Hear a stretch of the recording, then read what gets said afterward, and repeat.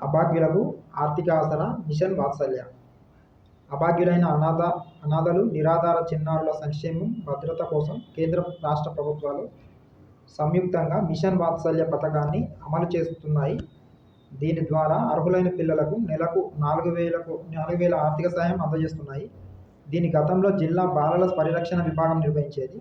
పథకంలో కొన్ని మార్పులు చేర్పులు చేసి మిషన్ వాత్సల్యగా మార్చారు. అనాథలుగా ఉన్న వారికి మంచి భవిష్యత్తును అందించడమే పథకం లక్ష్యం.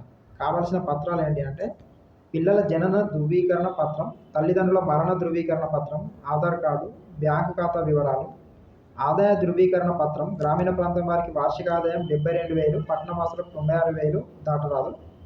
పాస్పోర్ట్ సైజ్ ఫోటోలు.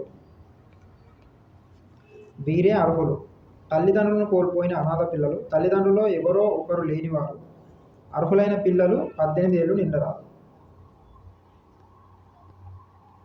దరఖాస్తు ఇలా: పథకానికి అర్హులైన వారు జిల్లా మహిళా అభివృద్ధి శిశు సంక్షేమ శాఖ కార్యాలయంలో సంప్రదించి దరఖాస్తు చేసుకోవాలి. పూర్తి చేసిన దరఖాస్తుకు అవసరమైన పత్రాలు జతచేసి సంబంధిత అధికారికి అందజేయాలి. సామాజిక కార్యకర్తలు ఇంటికి వచ్చి గృహ పరిశీలన చేస్తారు. క్షేత్రస్థాయిలో వివరాలు సేకరిస్తారు. సీనియారిటీని బట్టి దరఖాస్తు ప్రగతి ఉంటుంది.